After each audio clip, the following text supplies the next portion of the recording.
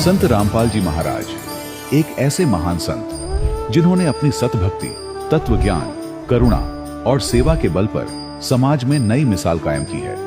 संत रामपाल जी महाराज की अगुवाई में उनके सभी सतलोक आश्रमों से समाज कल्याण के अद्भुत कार्यों ने समाज को सुनहरे भविष्य की एक नई उम्मीद दिखाई है। संत रामपाल जी महाराज से नाम दीक्षा लेने के बाद लाखों लोगों की लाइलाज बीमारियां जैसे कैंसर, एड्स आदि ठीक हुई। संत जी के ज्ञान से प्रेरित होकर उनके अनुयायियों ने लाखों यूनिट रक्तदान किया। संत जी ने लाखों बहन बेटियों का दहेज मुक्त विवाह करवाया।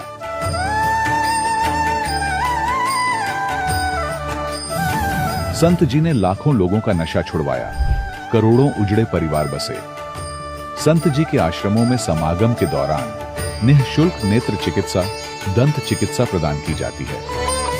संत रामपाल जी महाराज द्वारा समय समय पर पर्यावरण संरक्षण के उद्देश्य से बड़े स्तर पर वृक्षारोपण किया जाता है।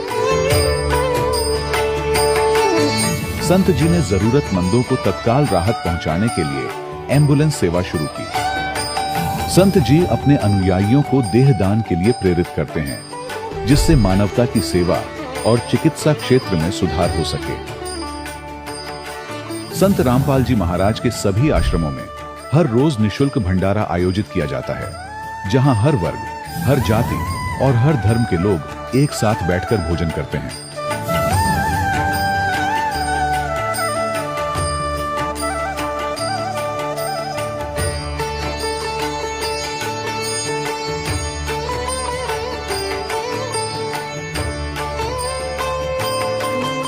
संत रामपाल जी महाराज की अन्नपूर्णा मुहिम ने गरीब और बेसहारा लोगों के जीवन में एक नई ऊर्जा और उम्मीद को जन्म दिया है। घर घर खाद्य सामग्री और जरूरी मदद पहुंचाकर संत रामपाल जी महाराज ने लोगों को दुख और मजबूरी से लड़ने की ताकत प्रदान की है।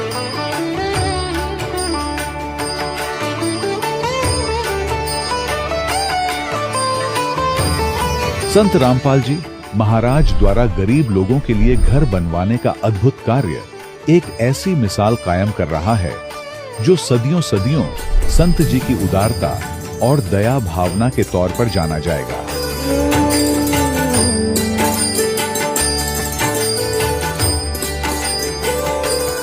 संत रामपाल जी महाराज के आश्रम में हजारों बुजुर्गों को सम्मान और प्यार के साथ जीवन जीने का अवसर मिलता है। उनके खाने, रहने और स्वास्थ्य की पूरी जिम्मेदारी संत रामपाल जी महाराज उठाते हैं। अनाथ बच्चों के लिए संत रामपाल जी महाराज के सभी आश्रम किसी वरदान से कम नहीं। यहाँ उन्हें शिक्षा, संस्कार और भविष्य के लिए बेहतर अवसर प्रदान किए जाते हैं। चाहे बाढ़ हो, भूकंप या महामारी, संत रामपाल जी महाराज और उनके अनुयायी हमेशा ही जरूरतमंदों के लिए सबसे आगे खड़े रहते हैं। कोविड महामारी के दौरान संत रामपाल जी महाराज के आश्रमों से करोड़ों लोगों के लिए भोजन, दवाइयां और जीवन रक्षक सामग्रियां उपलब्ध कराई गई। चाहे गरीब की मदद हो या किसी शोषित और पीड़ित वर्ग के हक और सम्मान की लड़ाई, संत रामपाल जी महाराज ने हमेशा ही उनकी दबी आवाज को सरकारों तक पहुंचाया है और उन्हें उचित न्याय दिलवाने में अहम भूमिका अदा की है।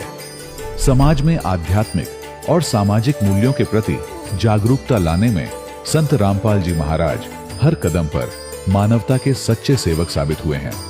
संत रामपाल जी महाराज का जीवन हमें सिखाता है कि सच्ची सेवा वही है जो निस्वार्थ भाव से की जाए। आइए हम भी इस महान सेवा के कार्य में इस महान संत से जुड़ें और संत रामपाल जी महाराज से नाम दीक्षा लेकर अपने जीवन को धन्य बनाएं।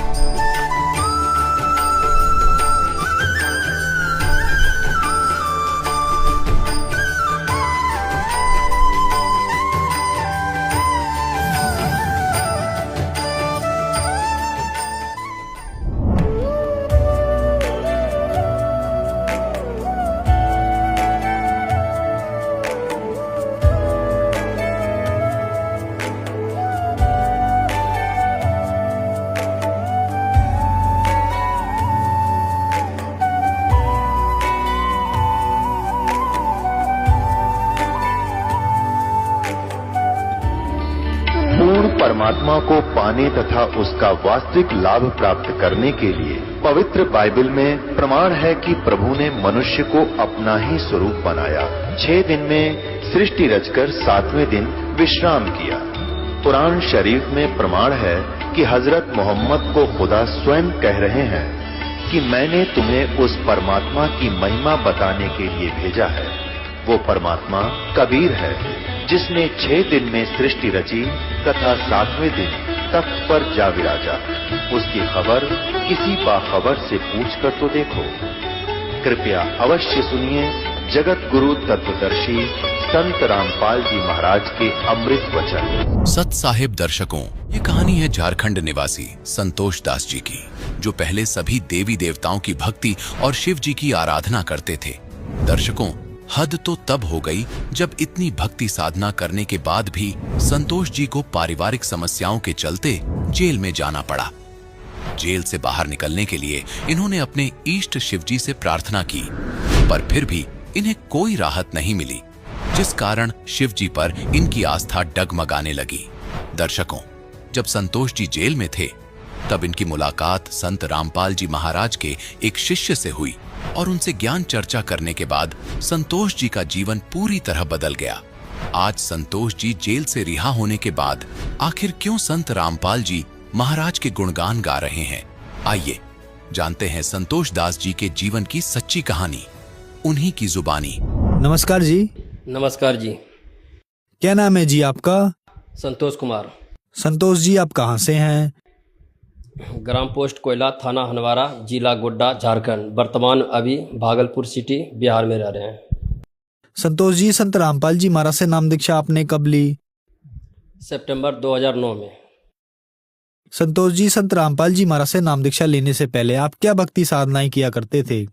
हिंदू धर्म का जो परंपराएं है सभी करते थे। इष्ट रूप में शिव जी को ज़्यादा मानते थे।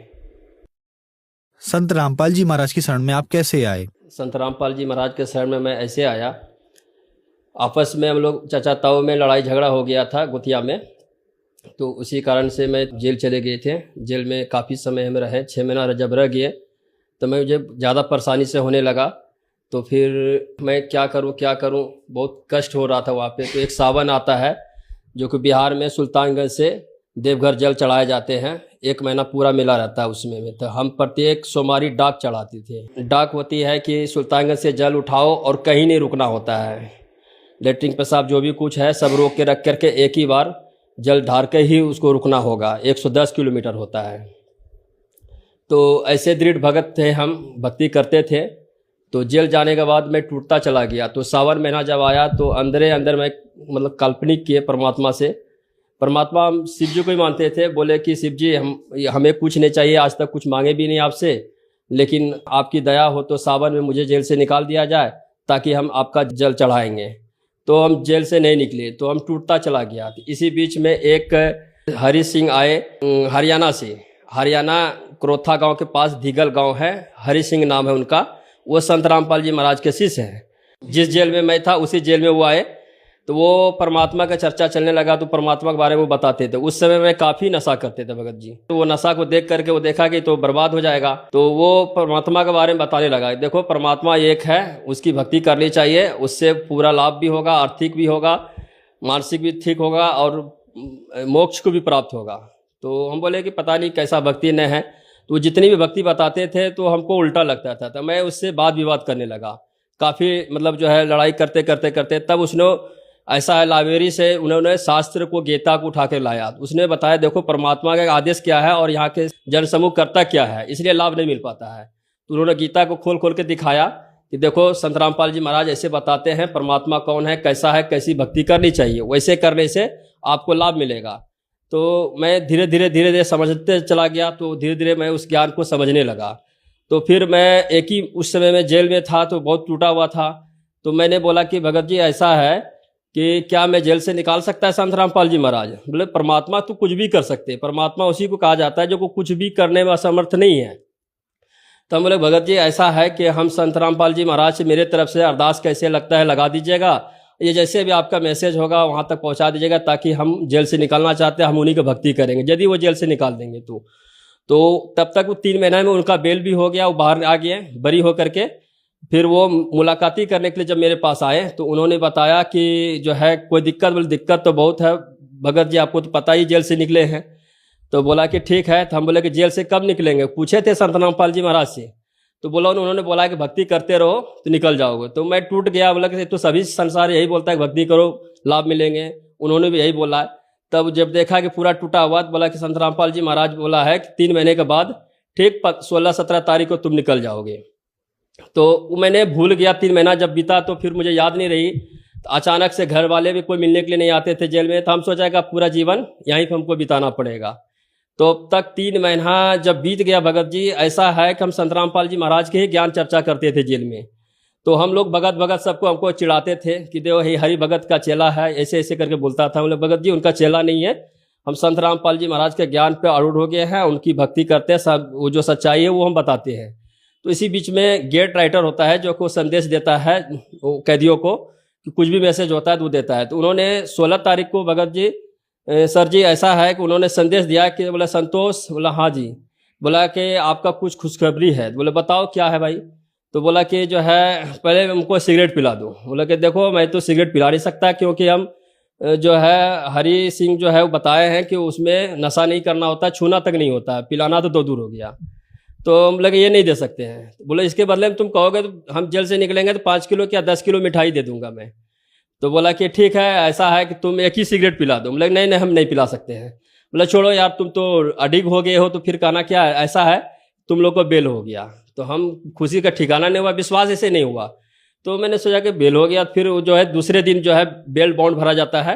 तो बेल बॉन्ड वगैरह भर करके जब 17 तारीख को मैंने जब बाहर आया तो हमको एक याद आया कि जब उन्होंने डेट दिया था भगत जी ने, तब वो याद आया कि संत रामपाल जी महाराज ने हमको डेट दिया था कि आज से 3 महीना ठीक 16-17 तारीख को निकल जाओगे।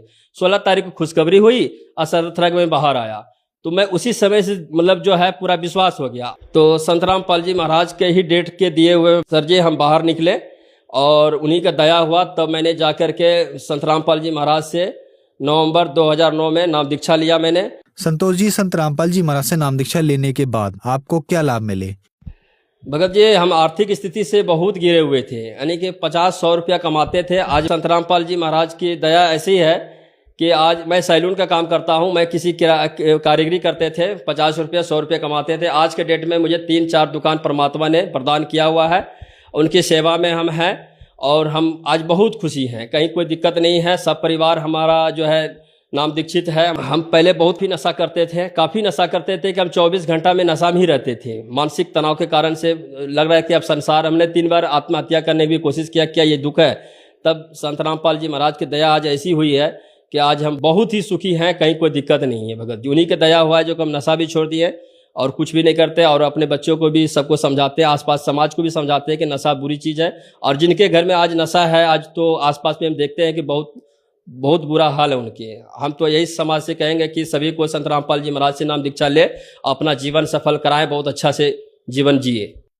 संतोष जी, संत रामपाल जी महाराज से नाम दीक्षा कैसे ली जा सकती है? 11 चरण में चल रही है सत्संग, के नीचे पीली पट्टी में नंबर दिया गया हुआ है, नज़दीकी उस पर फ़ोन करके नज़दीकी आश्रम से आप नाम दीक्षा ले सकते हैं और जो है अपन जीवन सफल बना सकते हैं। धन्यवाद जी। सत साहिब। दर्शकों, अभी आपने सुने संत रामपाल जी महाराज से दीक्षा प्राप्त करके सुखी हुए भक्त के अनुभव। अब देखिए जगत गुरु तत्वदर्शी संत रामपाल जी महाराज के मंगल प्रवचन। श्रीमद् भगवद गीता अध्याय नंबर 15 के श्लोक नंबर 1 से लेकर 4 का एक सारांश है। ऊर्ध्व मूलम अधः शाखम अश्वत्थम प्राहु अवम छंदासी यस्य प्रणानी ये तम वेद स वेदवित्। ये देखिएगा, ये पवित्र सदग्रंथ श्रीमद् भगवद गीता, और ये गीता प्रेस गोरखपुर से प्रकाशित है। जयदाल गोविंद का इसके अनुवादक है। इसके अध्याय नंबर 15 का श्लोक नंबर 1 आपको दिखाते हैं। ये है पंचदशो अध्याय, 15वां अध्याय स्टार्ट हुआ। 1 नंबर मंत्र में है कि ऊर्ध्व मूलम अधः शाखम अश्वत्थम प्राहु अवम छंदासी यस्य प्रणानी ये तम वेद स वेदवित्। इसका अर्थ है कि ऊर्ध्व मूलम, ऊर्ध्व माने ऊपर को, इन्होंने गलत लिखा है अध माने ब्रह्मा मुख्य रूप मुख्य शाखा वाली, ये गलत अनुवाद किया। अध माने नीचे होता, देखिएगा ये दूसरी श्लोक में इसी 15वें अध्याय का, इसमें ऊर्ध्व ऊर्ध्व शब्द भी है, अध भी है। अध 2 बार लिखा अध, और यहां इन्होंने अनुवाद किया है अध माने नीचे, अध माने नीचे, अध माने नीचे, और ऊर्ध्व माने ऊपर, अध माने नीचे, अध माने नीचे, बिल्कुल। तो यहां ये विचलित हो गए क्योंकि इनको श्री कृष्ण से ऊपर ज्ञान नहीं था, इनको श्री कृष्ण से ऊपर ज्ञान नहीं था। इन्होंने घुमा फिरा के और श्री कृष्ण जी को ही सर्वशक्तिमान सिद्ध करने की कुचेष्टा की, जिस कारण से अर्थों के भी अनर्थ कर दिए। अनुत्तम का अर्थ 4ठी कक्षा के बालक ने पूछ ले वो भी बता देगा, अश्रेष्ठ, घटिया। बैड का अर्थ किसी से पूछ ले, आज बच्चा बच्चा समझता बैड माने बुरा, घटिया। और कोई बैड का अर्थ श्रेष्ठ लिखे हो, आप उसको कितने नंबर दोगे? 0। और ये हमारे धर्मगुरु 100 के 100 नंबर पा रहे थे ऐसे अनर्थ करके। तो इसका कारण ये था कि हम तो बालक थे ही, ये भी उसी कैटेगरी के थे जिसे हम थे, इनको ज्ञान ही नहीं था। तो परमात्मा कहते सच्चा सतगुरु कोई ना पूजे झूठा जगपतियासी, और अंधे की बां अंधा पकड़े ले जा रहा है। तो कैसे मार्ग बतासी, वो कैसे राह बताओगा हमारे को? तो अब दास के भी मोतियाबिंद था, पहले हम भी रामकृष्ण के पुजारी थे। अब इस तत्व ज्ञान से परमात्मा ने हमारा वो मोतियाबिंद का ऑपरेशन कर दिया मुझ दास का, और वो ऑपरेशन करने की विधि भी दास को बता दी, बाप का कर दिया, और पूरे विश्व का कर देंगे तब आपका समझ में आएगा हु इज गॉड और क्या है सच्चाई हमारे ग्रंथों की। तो इसमें ऊर्ध्व मूलम, ऊपर को जड़, मूलो मान जड़, ऊर्ध्व मूलम अध शाखम। ये देखिए, अब देखिएगा चित्र संसार रूपी वृक्ष का एक, जैसा कि गीता अनुसार ये पूरा एक संसार रूपी वृक्ष है। ऊर्ध्व मूलम अध शाखम, बस गीता ज्ञानदाता ने केवल संकेत दिया है, ऊपर को जड़ और नीचे को शाखा वाला। ये संसार रूपी पीपल का वृक्ष कहा जाता है। और जो संत इसके सभी छंद विभाग बता देगा, जड़ कौन परमात्मा है, तना कौन भगवान है, डार कौन है, शाखा कौन, पत्ते क्या है, स वेदविद वह तत्वदर्शी संत है। परमात्मा ने 600 वर्ष पहले बताया था, अक्षर पुरुष एक पेड़ है, ये तना अक्षर पुरुष, और सरपुरुष वाकी डार, ज्योति निरंजन भी कहते हैं इसको, और तीनों देवा शाखा है भाई, पाते रूप संसार। हम तो यहां बैठे, तो यहां से मूल कौन है, ये मूल बताने के लिए दास को भेजा है। ये है परम अक्षर ब्रह्म, और ये है कबीर परमात्मा। कौन कबीर?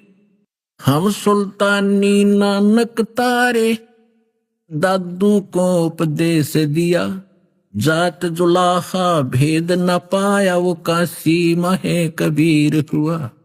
अनंत कोट ब्रह्मांड का एक रति नहीं भारे, सतगुरु पुरुष कबीर हैं ये कुल के सिरजनहारे। फिर और किस किस महापुरुष ने जिनको भगवान मिले उन्होंने क्या बताया? जिन मोह को निज नाम दिया, सोए सतगुरु हमारे, दादू दूसरा कोई नहीं ये कबीर सिरजनहारे। आदरणीय नानक साहिब जी ने क्या कहा है? तेरा एक नाम तारे संसार में, ए हो आस ए हो आधार। हाई सूरत मुलुक की वेश, ए ठगवाड़ा ठगी देश, खरा सियाणा बहुता भारी धान का रूप रहा करता। श्री गुरु ग्रंथ साहिब के अंदर 24 नंबर पृष्ठ पे ये महला पहला की वाणी लिखी है। महला पहला की जितनी वाणी है वो आदरणीय नानक साहिब जी की है। उसके बाद जितने भी महला के नंबर हैं वो उनके गद्दी वाले अन्य गुरुओं की। जो नानक साहिब जी की जो वाणी है वह बिल्कुल सत्य और श्रेष्ठ है, क्योंकि ये इनको भगवान मिले थे बेई नदी, और सचखंड लेकर गए थे, फिर उनको वापस छोड़ा था कबीर भगवान ने। इन्होंने फिर क्या कहा है, 721 पृष्ठ पर अंकित है श्री गुरु ग्रंथ साहिब के, उसमें कहा कि एक अर्ज गुप्तम, यानी उस कबीर परमात्मा को अर्जी लगा रहे हैं नानक साहब जी, एक अर्ज गुप्तम पेश तोदर कून करतार। कून करतार यानी वचन से सृष्टि रचने वाले, शब्द से सृष्टि करतार माने सबका रचनहार।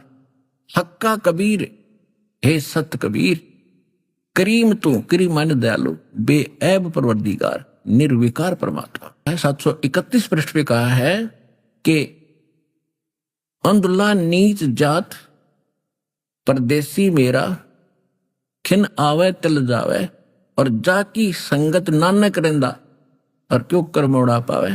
कि एक सेकंड में देखता हूं ये ऊपर दिखता है, दूसरे क्षण देखता हूं पृथ्वी पर एज इट इज दुल्हा बना बैठा है। तो कहते हाई सूरत मुल्क की वेश ए ठगवाड़ा ठगी देश। कहते भगवान है खुद, और देखो कैसे भूल भुलैया कर रहा है, किसी को पहचान में नहीं आ रहा है, ये स्वयं परमात्मा। तो वो है वो परम अक्षर ब्रह्म, और उसी ने अपने मुख कमल से, चौथे अध्याय के 32वें श्लोक में जिस कबीर से कहा है कि वो सच्चिदानंद घन ब्रह्म अपने मुख कमल से आकर यथार्थ ज्ञान देता है, धार्मिक अनुष्ठानों की जानकारी देता है। तो वो उसने क्या आकर बताया है, अक्षर पुरुष एक पेड़ है, सर पुरुष ज्योत निरंजन वाकी डारे, तीनों देवा शाखा है, भाई पाते रूप संसार। तो उस वाणी को फिर दास ने समझा परमात्मा की कृपा से, गुरुदेव की रजा से, और अब आपको समझा रहा है दास। और आप बुद्धिमान इसलिए बनाए भगवान ने, इंस्ट्रूमेंट इसलिए बनाए कि घर बैठे देखो, यार यकीन ना हो तो घर जाकर किताबें खरीदो, आपके पास रखी हैं, घर पे भी होंगी, उनको मिलाओ और फिर आओ अपना कल्याण कराओ। 2 अक्षर की बात है।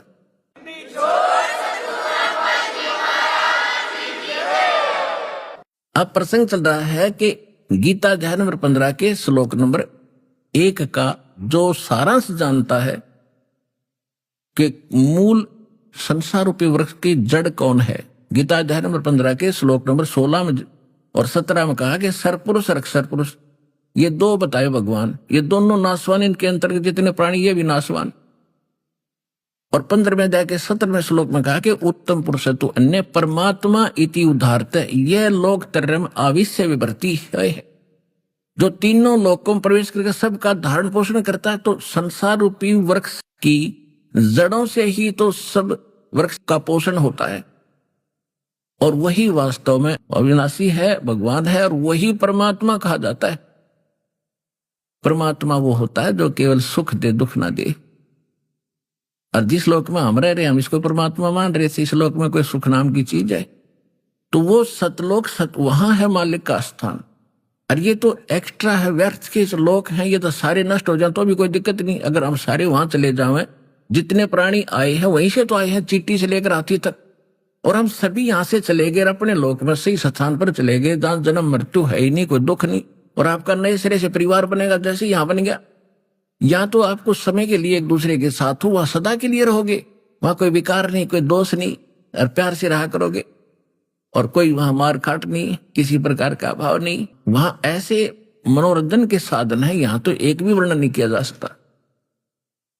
और हमारी आदत खराब है, यहां मनोरंजन करने के लिए हमने फिल्म बना ली, कोई गाना बना लिया, उसको सुनने लगे, और कोई ऐसी चोट लग जाए हृदय में, कोई घर में कोई हानि हो जाए, वो गाना कुछ सपने में भी कड़वा लगे, तो वहां हम सब कुछ सारे ठाठ होंगे। तो वहां चलने के लिए प्रेरित किया जाता है, वहां जाकर सब सुख होंगे, लेकिन वहां जाने से पहले शरीर को तो छोड़ना ही पड़ेगा। और इसकी आशा रखोगे अगर यहीं रहे और भी जी जावे, ये कोई बात है? जब मालिक इच्छा करे तभी ले चलो, जब आपको पूर्ण ज्ञान हो जाएगा, आप तैयार बैठ जाओगे, कह जाओ परमात्मा के चलने सतलोक में। तो ऐसा इस ज्ञान से और इस भक्ति के प्रभाव से आपके अंदर होगा। केवल ज्ञान ज्ञान भी नहीं टिकता, जब तक आपके अंदर भक्ति प्रवेश नहीं रहेगी, भक्ति की शक्ति नहीं बनेगी, तब तक भी आप मोक्ष नहीं प्राप्त करोगे। और उसके लिए मर्यादा में रहना अनिवार्य है। मर्यादा में नहीं रहोगे और भक्ति भी होगी, फिर यही रहेगी, फिर काल का फंसोगे। कभी ब्रह्मा बनाओगा, कभी विष्णु बनाओगा आपको, और कभी देवता बना देगा, कहीं ब्रह्मलोक में रखेगा, सारी पूंजी नष्ट कराकर फिर पृथ्वी पर पटकेगा। तो इस धोखे से भी आपने बचना होगा, तभी वहां चलेंगे। तो जो प्रसंग चल रहा है हम उसी पर आते हैं। अब ये आपने चित्र देखा, ऊर्ध्व मूलम, ये ऊपर को जड़ और नीचे को शाखा वाला एक संसार रूपी ये वृक्ष है। और छंदासी यस्य प्रणानी, ये प्रणानी माने पत्ते, इसके सारे विभाग जो हैं, ये उस गीता ज्ञान दाता ने बस 3 बात बताई है। ऊर्ध्व मूलम, नीचे को शाखा, ऊपर को जड़ और पत्ते आदि जो उसके हैं, उन विभागों को जो जानता है वो तत्वदर्शी संत है। परमात्मा ने 600 वर्ष पहले आकर वो ज्ञान दिया था अपने सच्चिदानंद घन ब्रह्म की वाणी में।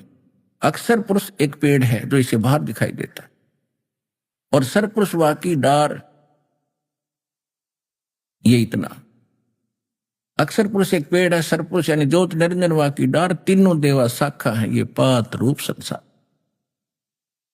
अब जो प्रसंग चल रहा है कि गीता अध्याय नंबर 3 के श्लोक 10 से लेकर 15 तक क्या निर्णायक ज्ञान है, देखिएगा। श्रीमद् भगवत गीता अध्याय नंबर 3 और ये 10 श्लोक में, इसमें क्या कहा है कि प्रजापति ब्रह्मा ने, यहां केवल प्रजापति लिखा है, ब्रह्मा ने खुद लिख लिया। ये वैसे इसका अर्थ है कि परमात्मा ने सबसे पहले वेद ज्ञान दिया था ब्रह्म को, इसके अंतःकरण में फिक्स कर दिया था सतलोक तय। इसने जब डाउनलोड करके देखा, श्वासों के द्वारा बाहर आया इसके, तो इसमें जो उस परम पिता की जानकारी थी और उसमें जो भेद था वो इसने जल्दी जल्दी में नष्ट कर दिया और परमात्मा के डर से कुछ ज्ञान रख लिया। उससे बचे हुए के वो 4 वेद बना दिए वेद व्यास जी ने। अब उस ज्ञान की जो इसने नष्ट कर दिया, उसकी पूर्ति के लिए परमात्मा को आना पड़ता आपको समझाने के लिए। तो यहां वैसे परमात्मा ने बताया था सारा ज्ञान, इन्होंने ब्रह्मा के नाम कर दिया, कोई बात नहीं, हमने ज्ञान समझना। देखिएगा, प्रजापति ने कल्प के आदि में यज्ञ सहित प्रजाओं को रचकर कहा, तुम लोग इस यज्ञ के द्वारा यानी इस धार्मिक अनुष्ठानों के द्वारा वृद्धि को प्राप्त हो, और यह यज्ञ तुम लोगों को इच्छित भोग प्रदान करने वाला हो। 11वें में क्या बताया है, इस यज्ञ के द्वारा देवताओं को उन्नत करो। कौन से देवताओं को? अक्षर पुरुष एक पेड़ है, सरपुरुष वाकी डार, और तीनों देवता शाखा है, भाई पाते रूप संसार। इन देवताओं को उन्नत करो, यानी इन शास्त्र अनुकूल साधना करो, पढ़ो। यज्ञ के द्वारा देवताओं को उन्नत करो और ये देवता तुम लोगों को उन्नत करें। इस प्रकार निस्वार्थ भाव से एक दूसरे को उन्नत करते हुए तुम लोग परम कल्याण को प्राप्त हो जाओगे। 12वें में क्या कहा है, यज्ञों के द्वारा बढ़े हुए देवता तुम लोगों को बिना मांगे ही इच्छित भोग निश्चय ही देते रहेंगे। उन देवताओं के द्वारा दिए भोगों को जो पुरुष इनको दिए बिना और स्वयं ही भोगता है वह तो चोर ही है। 13 में क्या कहा है, गीता अध्याय नंबर 3 का श्लोक नंबर हम 13 पढ़ रहे हैं। इसमें क्या कहा, यज्ञ से बचे हुए अन्न को खाने वाले श्रेष्ठ पुरुष सब पापों से मुक्त हो जाते हैं, और जो पापी लोग अपने शरीर पोषण करने के लिए ही अन्न पकाते हैं वे तो पाप ही खाते हैं। यानी जो दान धर्म नहीं करते वो तो दुष्ट लोग हैं, वो तो पेट भरने के लिए ही अपना सब धंधा कर रहे हैं, उनको आगे कुछ नहीं मिलेगा। अब 13 तक का ये निर्णय हो गया। हाँ, फिर 14 और 15 में क्या निर्णय दिया है ये विशेष देखने की बात है। देखिएगा, गीता अध्याय नंबर 3 का और श्लोक नंबर हम 14, 15 इकट्ठा ही है। यह इन्होंने कहा कि सर्व प्राणी अन्न से उत्पन्न होते हैं। अन्न की उत्पत्ति वृष्टि यानी वर्षा से होती है, और वृष्टि यज्ञ से होती है। शास्त्र अनुकूल साधना यज्ञ हवन किए जाते हैं, उनसे वर्षा होती है। और यज्ञ यानी धार्मिक अनुष्ठान विहित कर्मों द्वारा संपन्न होने वाले हैं। यानी शास्त्र अनुकूल साधना जो करोगे वो सही कर्म आपके भक्ति के बनेंगे। और कर्म समुदाय को ब्रह्मो उद्भवम, यानी इन्होंने ब्रह्म का अर्थ वेद कर दिया नहीं, कर्म इस काल के द्वारा उत्पन्न हुए। हम इस ब्रह्म के लोक में आए तो हमने वर्क डन मिला, तो इसने कर्म लगाए, कर्म से ही यह सब कुछ मिलेगा, बिना किए मिले नहीं। तो इसका अर्थ तो यह है कि इस ब्रह्म ने कर्म लगाए मारे, और इन्होंने यहां अर्थ अनर्थ कर दिया, ब्रह्म का अर्थ वेद कर दिया। एक सीधी सी बात है, ब्रह्म माने भगवान, परमात्मा, मालिक, और एक राजा, एक उसका विधान है। वेद तो परमात्मा का संविधान है और ब्रह्म भगवान राजा समझो। यदि कहीं प्रकरण हो राजा का अर्थ कोई कर दे संविधान, तो वो मूर्ख आदमी होगा। राजा अलग है, उसका संविधान अलग है। तो वेद है भगवान का संविधान, ब्रह्म है भगवान यानी राजा। तो ये क्या कहा कि यहाँ के राजा ब्रह्म ने हमारा कर्म लगाए और ब्रह्म की उत्पत्ति हुई। उस अक्षर ब्रह्म थे यानी परम अक्षर ब्रह्म थे, पूर्ण परमात्मा से। देखिएगा, यज्ञ यानी धार्मिक अनुष्ठानों से संपन्न होते हैं जो कर्म, शुभ कर्म होते हैं। और कर्म समुदाय को ब्रह्मो उद्भवम या ब्रह्म से उत्पन्न हुए कर्म। और ब्रह्म यहां वेद लिख दिया, यहां भी ब्रह्म माने ब्रह्म, सर पुरुष लिखना था, यु काल। अक्षरम उद्भवम, अविनाशी परमात्मा से उत्पन्न हुआ जान, यानी इस ब्रह्म की उत्पत्ति अविनाशी परमात्मा उस परम अक्षर ब्रह्म से हुई। वैसे अक्षर का अर्थ अविनाशी होता जिसका नाश ना हो, ऐसा अक्षर माने नाशवान। लेकिन जहां गीता अध्याय नंबर 15 के श्लोक नंबर 16 में सरपुरुष और अक्षर पुरुष कहे हैं, वहां ये दोनों नाशवान बताए हैं। अक्षर पुरुष भी नाशवान है, क्योंकि अक्षर का अर्थ होता है जो कभी नाश में ना हो। लेकिन उसको डिफाइन करने के लिए स्पष्ट किया है 15वें अध्याय के 17वें श्लोक में कि इनसे अलग है जो वास्तव में अविनाशी है। जैसे एक तो मिट्टी के पहले बनते हैं कप, चाय पीते हम सफेद सफेद, वो तो अंडरस्टूड, हाथ से छूटे ये फूटे सर पुरुष। तो ये अक्षर पुरुष तो ऐसा समझ लो, इस मटेरियल के बने हुए सारे इसके जीव और इसका शरीर। और दूसरा स्टील का कप हो, उसको अक्षर पुरुष के लोक और उसका शरीर, उसके रहने वाले प्राणियों का शरीर, वो इतना समझ लो स्टील का। इसलिए उसकी सरपुरुष यानी उस मिट्टी वाले पहले की तुलना में वो काफी लंबे समय तक रहने वाला, इसलिए उसको अक्षर लिख दिया कि वो नाश नहीं होता जल्दी से, लेकिन उसका विनाश होता है। इसलिए बताया 15वें अध्याय के 17वें श्लोक में कि अविनाशी परमात्मा तो इनसे कोई और है। तो यहां अक्षर पुरुष जो है, अक्षर ये यहां पर अक्षर है, वो उस अविनाशी परमात्मा की जानकारी। ये देखिए, अब यहां है कि वेदों को, ब्रह्म को यहां लिखा, ब्रह्म इस काल की उत्पत्ति अविनाशी परमात्मा से हुई है, उत्पन्न हुआ जान। इससे सिद्ध होता है कि सर्वव्यापी सर्वगतम ब्रह्म, सर्वगतम ब्रह्म माने वासुदेव, सर्वगतम सबके ऊपर जिसकी प्रभुता है वो ब्रह्म, वो भगवान, तत्ब्रह्म। यहां समझ लो तत्ब्रह्म, परम सर्वगतम ब्रह्म यानी सबके ऊपर जिसकी सब जगह पहुंच है, सर्वगतम वासुदेव। गीता अध्याय नंबर 7 के श्लोक नंबर 16 से 18 तक तो अपनी जानकारी दी है। और फिर 19वें श्लोक में कहा कि बहु नाम जन्मानाम अन्ते ज्ञानवान माम प्रपते। और वासुदेव सर्वमिति सहमात्मा सुदुर्लभ है। मेरी भक्ति भी ज्ञानी आत्मा कौन अनंत जन्मों के बाद कभी करता है। और ये बताने वाला संत के वासुदेव वो सर्वगतम ब्रह्म ही सब कुछ है, वो बड़ी मुश्किल से मिलेगा। उस 7वें अध्याय के 19वें श्लोक में ये अर्थ है। तो उसी की जानकारी यहां दी जा रही है, वो सर्वगतम ब्रह्म। यहां देखिएगा, यहां से हम पढ़ रहे हैं कि ये ब्रह्म से उत्पन्न हो, या ब्रह्म लिखना चाहिए। और ब्रह्म की उत्पत्ति अविनाशी परमात्मा से उत्पन्न हुआ जान ब्रह्म को। और तस्मात इससे सिद्ध हुआ कि सर्वगतम ब्रह्म यानी सर्वव्यापी परम अक्षर परमात्मा ही सदा ही यज्ञों में प्रतिष्ठित है, वो इष्ट रूप में पूज्य होना चाहिए। और तब तुम्हारे शास्त्र अनुकूल 7 कर्म बनेंगे भक्ति के। तो अब परम अक्षर ब्रह्म की पूजा हम इष्ट रूप में करते हैं।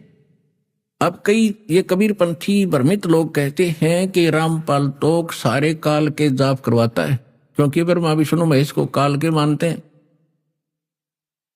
और ओम मंत्र भी ब्रह्म का है, तो उनको भूल है क्योंकि ज्ञान तो उनके पास है ही नहीं। अब काल की तुम रोटी खा रहे हो, काल के कपड़े पहन रहे हो, काल का पानी पी रहे हो, फिर नहीं छोड़ दो।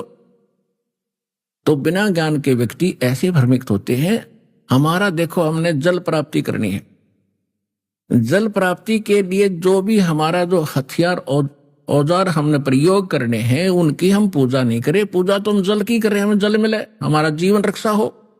उसके लिए जो भी इंस्ट्रूमेंट हम प्रयोग करेंगे, औजार, बोकी है, पाइप है, तो ये हमारे पूज्य नहीं है, ये तो वो साधन है जिससे हमें मिलेगा, वो जल इष्ट देव जिससे मिलेगा, तो वो हमने करने पड़ेंगे।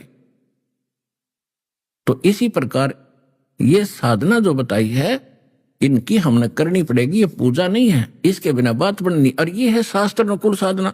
अब गीता अध्याय नंबर 3 के श्लोक नंबर 10 से लेकर 15 का ये निष्कर्ष निकला है, देखिएगा। ये है, एक समझ लिए हम कोई पौधा लाएंगे, संसार रूपी कोई पीपल, कोई पेड़ यानी पौधा बीजना हमने आम का, तो उस आम के पौधे को प्लांटिंग करने का, बीजने का सही तरीका ये है, उसको लाकर गड्ढा बनाओ जमीन में या गमले में लगाते हैं, तो उसकी सिंचाई करो, जड़ की, जड़ को मिट्टी में प्रोक्ष करो, उसको अव्यक्त करो, दबाओ। उसके बाद उस अव्यक्त की पूजा करो, जड़ की, और इसकी पूजा करने से तना, डार और शाखाओं में फिर आहार जाएगा, और ये शाखा फिर वृक्ष बन जाएंगे। ये कहता देवताओं को बढ़ाओ, उस शास्त्र अनुकूल साधना से तुम देवताओं को बढ़ाओ, शास्त्र अनुकूल धार्मिक अनुष्ठान यज्ञ करके, और बड़े हुए देवता जब ये टहनी बन जाएंगी, बड़ी बड़ी शाखा बन जाएंगी, शाखाएं, इनका फल लगेंगे, ये बिन मांगे देंगे, अपने आप लगेंगे इनका फल। परमात्मा हमें क्या बताना चाहते थे कि आप गलत साधना कर रहे हो। आपने ये तो ज्ञान हो गया कि ब्रह्मा विष्णु महेश हमें फल देते हैं, क्योंकि पहले सतयुग त्रेता द्वापर तक ये देवता सामने आ खड़े हो जाते थे, वो पुण्यात्मा होते थे। ये हमारे सामने आ खड़ा रहो, भगवान के काम आया भाई बोल, और 36 पंगे कम आगे नहीं, हमारी एक दुकान खुलवा दे, फलाना नहीं करवा दे। तो पहले वो देवता सामने आ जाते थे और कह के फल देते थे। तो हमने ये मान लिया कि यही सर्वे सवा है, ये हमें हमारी अज्ञानता का ही फल मिला। तो इस कारण से हमने फिर उस मूल की पूजा छोड़ दी और हम पूजा करने लगे इन टहनियों की, देवताओं की। देखो ऐसे, ये देखिएगा, ऐसे कर दिया हमने, जड़ तो ऊपर कर दी, और ये टहनी ब्रह्मा विष्णु महेश बना दिए पूज्य, उल्टा पौधा रोप दिया। अब हम ये पूजा कर रहे हैं तीनों देवताओं की, और इन पूजाओं के करने से हमारा सर्व व्यर्थ हो गया। इसके विषय में परमात्मा ने कहा है, एक कैसा दे सब सदे और सब साधे सब जावे, माली सींचे मूल को फले फूले। इस अध्यात्म ज्ञान का इतना सा रहस्य है।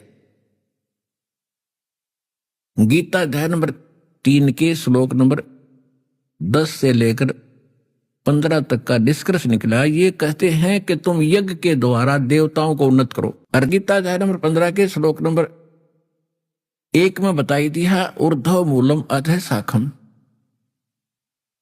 अश्वत्थम प्राहु अवम छंदासी यस्य पर्णानि। ये पत्ते आदि, ऊपर को जड़, नीचे को शाखा आदि जो पत्ते इसके विभाग हैं, इनको जो जानता है वो तत्वदर्शी संत है। देवता कौन से हुए? ब्रह्मा विष्णु महेश, तीनों देवता। और ये उन्नत हुए हुए देवता तुम्हें बिना मांगे ही फल देंगे। और इसमें यह भी स्पष्ट कर दिया है कि जिनको परमात्मा ने मनुष्य जीवन में जो धन दिया है उसमें से जो धर्म पे नहीं लगाते, और धर्म होता शास्त्र अनुकूल साधना करने से। शास्त्र अनुकूल साधना कौन सी होती है?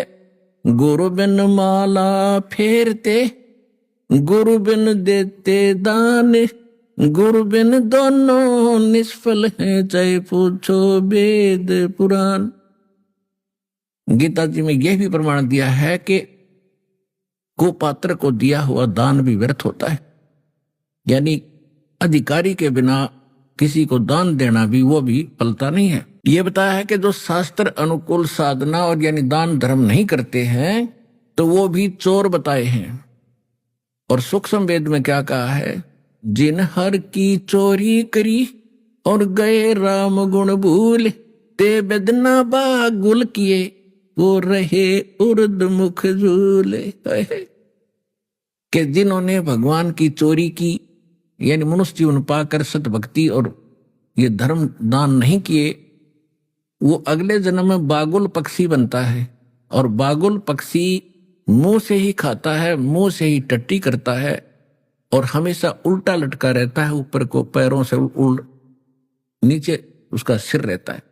कहते ये दुर्गति प्रारंभ हो जाएगी। और यही गीता अध्याय नंबर 3 के श्लोक नंबर 12 श्लोक में फिर स्पष्ट कर दिया है कि जो देवता तुम्हें देते हैं वरकटन, जो आपका संस्कार है, उस संस्कार से प्राप्त में से आप पुनः दान नहीं करते हो तो वो व्यक्ति चोर बताया भगवान का। और केवल अपने ही पेट पोषण के लिए खाओ पियो मौज करो दान धर्म नहीं करते हैं तो बताया कि वो पापी तो पाप ही खा रहे हैं।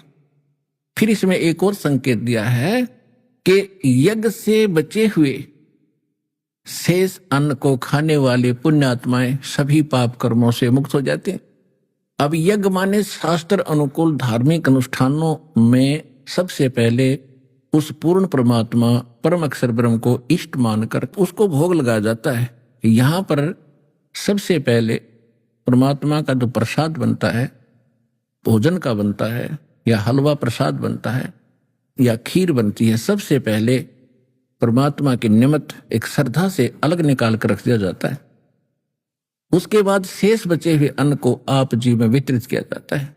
तो ऐसे शास्त्र अनुकूल साधना और ऐसे भोजन को कौन प्राप्त करेगा, जो सतलोक आश्रम में पहुंचेगा और यहां पहुंचेगा तो उसको सारी शास्त्र अनुकूल साधना और सब भक्ति मिलेंगी।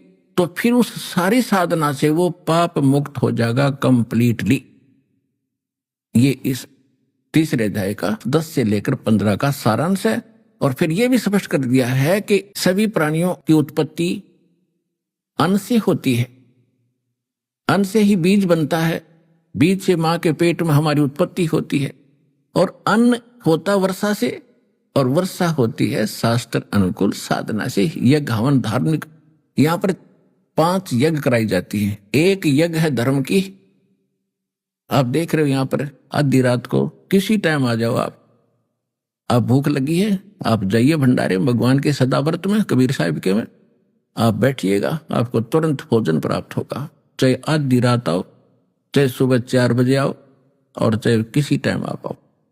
फिर यहाँ आप देख रहे हो कैसी सुविधाएं हैं। अपने आपके भाई बहन आपके लिए पहले कितना व्यवस्था करके रखते हैं। आप कहाँ से आते हो और किस अतिथि में आते हो, किसी को कोई बीमारी है, कोई किसी बात से टेंशन में है। पहले तो हम कहीं जाते थे तो एक टेंशन साथ रहती थी, कहाँ रुकेंगे, कहाँ होटल में कोई रोटी मिलेगी कि ना मिलेगी, कहाँ पड़ेंगे, सड़क के किनारे पड़ेंगे, कहाँ रहेंगे। तो आते सारी टेंशन फ्री हो जाती है। तो ये जो दान आपने किया उसी से हम कर रहे हैं और हम कहाँ से लाते हैं। लेकिन जो दान आप यहां करते हो वो दान फिर आपका नहीं रहा, आपने भगवान को दे दिया, परमात्मा का पैसा हो गया, आपका नहीं रहा। और जो पैसा आपने यहां दिया वास्तव पैसा आपका वो है। और अन्य जो आपने कोठी बंगले कार फैक्ट्री लाकर बैठे हो वो आपका नहीं है, उसको तो आप यही त्याग कर जाओगे। और जो यहां आपने दान कर दिया ये आपका नहीं रहा, परमात्मा ने आपका इसका प्रतिफल दे दिया, 1000 गुना करके आपके उसमें लिख देता भगवान, ये आपका नहीं रहा। अब ये जो पैसा मालिक का हो गया, आपको तो दे दिया 1000 गुना उसने, ये रह गया भगवान का पैसा। अब इस भगवान के पैसे से सारी व्यवस्था हो रही है। तो कहते हैं जो भी वैसे अनधिकारी के पास दान किया जाता है और उससे कोई खाता है वहां पर उसको पाप लगता है, क्योंकि वो अधिकारी है ही नहीं, वो तो एक दूसरे का संस्कार आपस में फिर उलझता ही रहेगा वहां पर, यहां संस्कार नहीं उठ जाएगा आपका। अभी आपने सुने संत रामपाल जी महाराज के मंगल प्रवचन। आइए अब सुनते हैं संत रामपाल जी महाराज से नाम दीक्षा लेकर सतभक्ति करके अद्भुत लाभ प्राप्त करने वाले अनुयायी के विचार। इनसे मिलिए। ये हैं पंकज सक्सेना जी, जो दिल्ली के रहने वाले हैं। पंकज जी पहले निरंकारी पंथ से जुड़े हुए थे। उसमें बताई जाने वाली भक्ति साधना भी करते थे।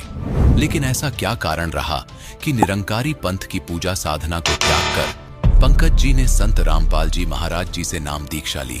क्या संत रामपाल जी महाराज से नाम दीक्षा लेने के बाद वास्तव में पंकज जी को उन तमाम सुखों की प्राप्ति हुई जिनकी इन्हें सालों से तलाश थी? आइए अब जानते हैं पंकज जी की कहानी इन्हीं की जुबानी। नमस्कार सर। नमस्कार सर। सर क्या नाम है आपका? पंकज सक्सेना। पंकज जी आप कहाँ से हैं? दिल्ली सोनिया गांधी कैंप। पंकज जी संत रामपाल जी महाराज से नाम दीक्षा आपने कब ली? 14/4 सन 2011। पंकज जी संत रामपाल जी महाराज से नाम दीक्षा लेने से पहले क्या आप भक्ति साधनाएं भी करते थे? हाँ जी करता था। बाबा हरदेव सिंह जी महाराज जी की साधना करता था, निरंकारी हैं वो। मैं उसमें लगभग 8 साल तक जुड़ा रहा।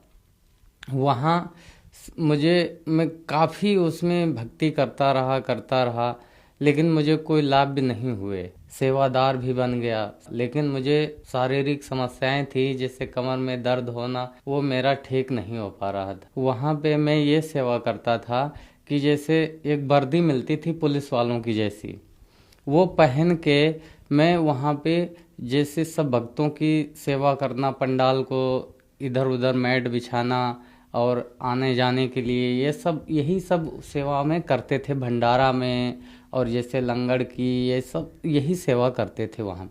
फिर हम उसके बाद आशुतोष एक महाराज हैं, उनसे मैंने नाम दीक्षा उपदेश लिया। हमने इससे लाभ मिल जाएगा।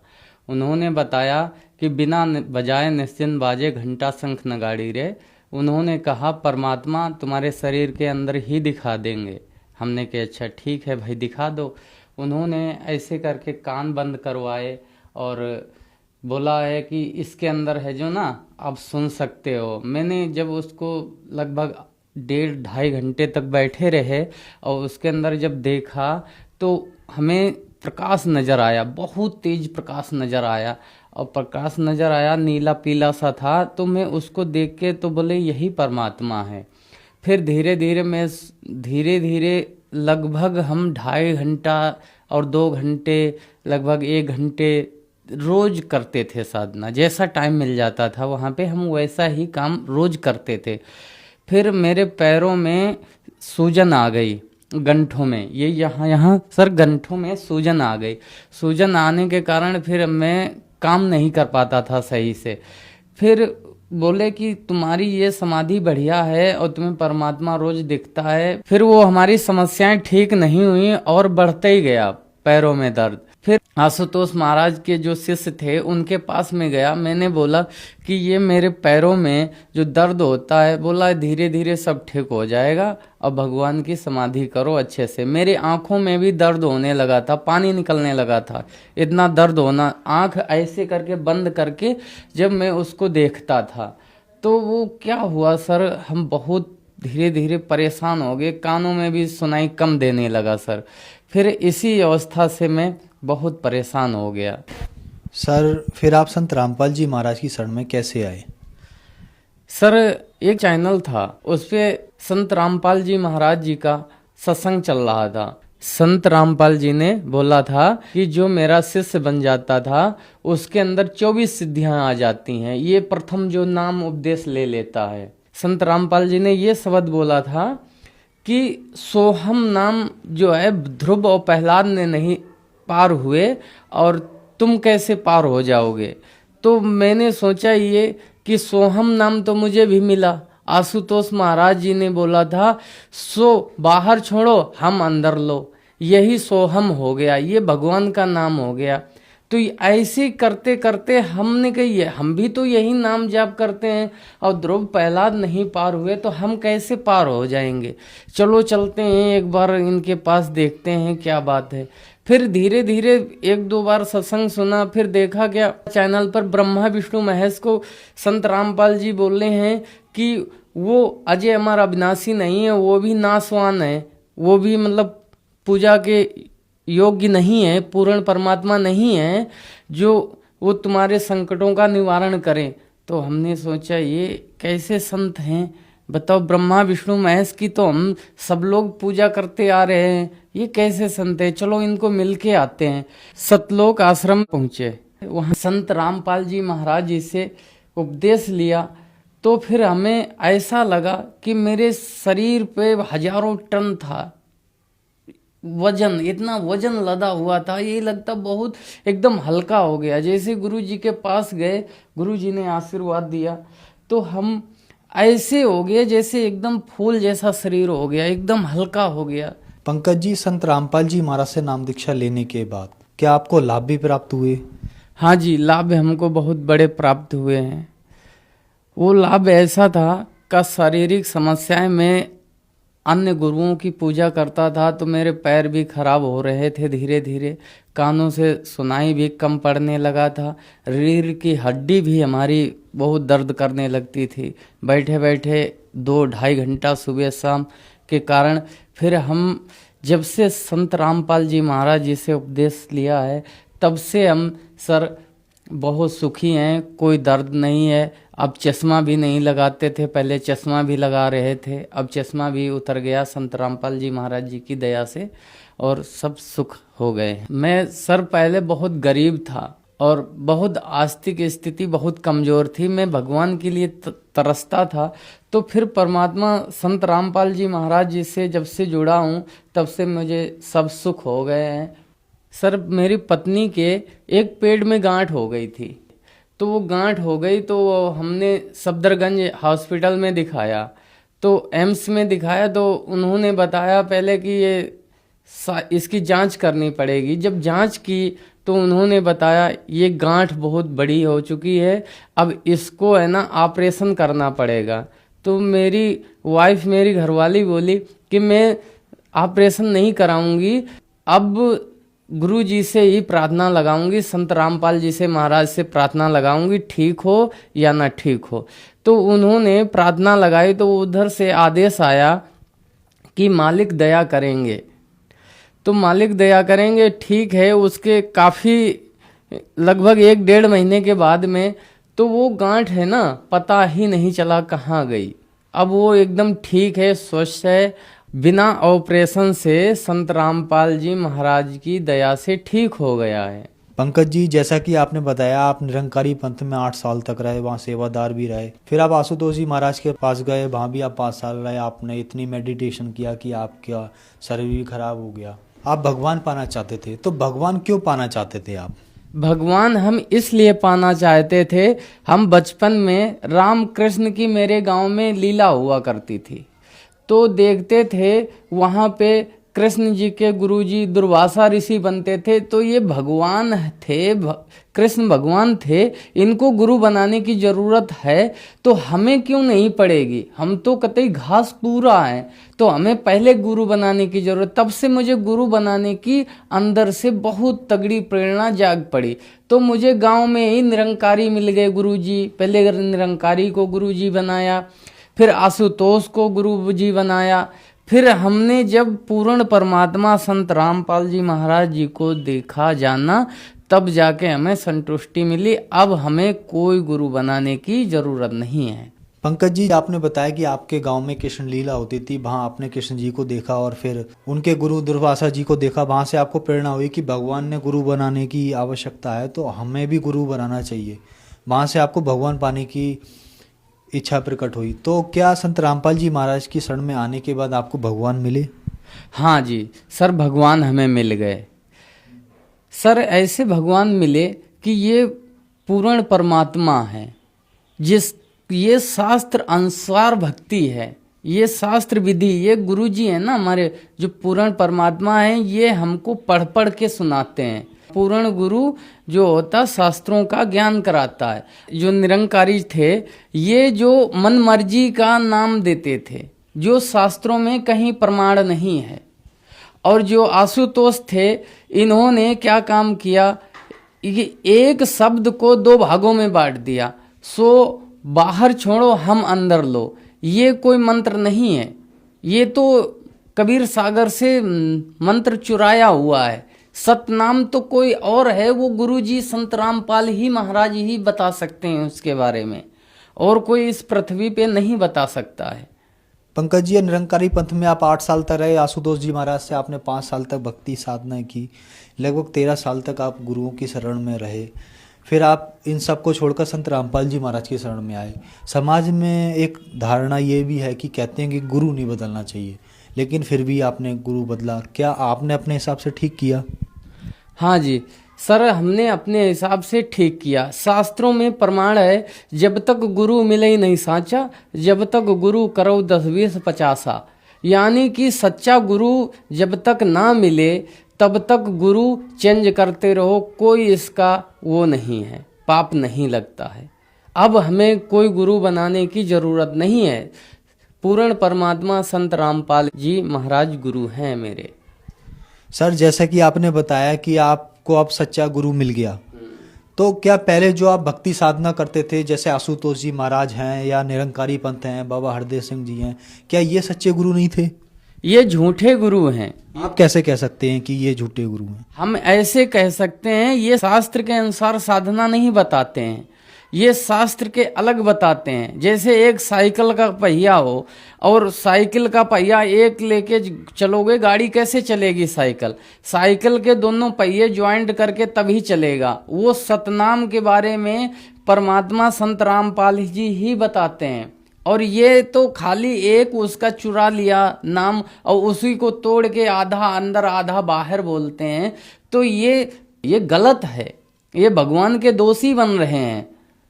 पंकज जी, क्या आप नशा वगैरह भी करते थे? हाँ जी सर, मैं नशा करता था। मैं बीड़ी पीता था और तम्बाकू भी खाता था। कभी कभी रिश्तेदार आ जाते थे घर पे तो मैं दारू भी पी लेता था। तो ये सब मैं साधना करते हुए, सब कुछ करते हुए मेरा छूट नहीं रहा था। मैं कई बार कसम तक खा चुका, सतगुरु निरंकारी, मैं ये बोलता था कि मेरी ये तम्बाकू छूट जाए, फिर भी नहीं छूटती थी, फिर भी मैं चुरा चुरा के खा लेता था। लेकिन वो मंत्र जाप करते थे निरंकारी वाला कि उससे भी नहीं मेरा छूटता था। जैसे निरंकारी में बताते हैं, तो ही निरंकार में तेरी शरणा में नो बख्श लो, ये कहीं शास्त्रों के अंदर प्रमाण नहीं है। सर, जैसा कि आपने बताया कि आप निरंकारी पंथ में थे और नशा छोड़ना चाहते थे लेकिन नशा नहीं छोड़ पाते थे, तो क्या निरंकारी पंथ में नशा करना अलाउ था? हाँ जी, अलाउ था। उसमें मांस खाना भी अलाउ है। कहते हैं खान पान सब तन के खातिर, रूह से कोई संबंध नहीं। उसमें मांस भी खा सकते हो और नशा भी कर सकते हो। वहाँ नहीं कर सकते हो जहाँ सत्संग चलता हो, बाद में सब कुछ कर सकते हो। तो मैं ये सोचा कि ये नशा करते हैं और सब दूसरे का मांस भी खाते हैं, ये कैसे भगवान की प्राप्ति कराएंगे? तभी मैंने छोड़ दिया उसको। सर, क्या संत रामपाल जी महाराज के शरण में आने के बाद आपका ये नशा वगैरह छूट गया? हाँ जी सर, संत रामपाल जी महाराज जी से मैंने जैसे उपदेश लिया, उपदेश लेने के बाद बताया गया कि ये तुम्हें नहीं करना है, तो मैं सोचा कि भाई हम तो बहुत कोशिश किया छूटने की, लेकिन छूट नहीं पा रहा है, अब कोशिश करता हूँ। तो भगत जी बोले हाँ कोशिश करना, खाना मत। हमने ठीक है। संत रामपाल जी महाराज जी से उपदेश लिया। जैसे मेरा मन कर रहा था खाने के लिए, मैंने प्रथम मंत्र जब करना स्टार्ट कर देते थे तो वो नशा तो मुझे पास में भी नहीं आता था। आज कोई जुगर बीड़ी या तम्बाकू खा के मेरे पास मुझे बदबू आने लगती थी। पहले वो अच्छी लगती थी, अब बदबू आती है सर। अब ऐसे ऐसे मेरा नशा बिल्कुल छूट गया। धन्यवाद सर। धन्यवाद सर।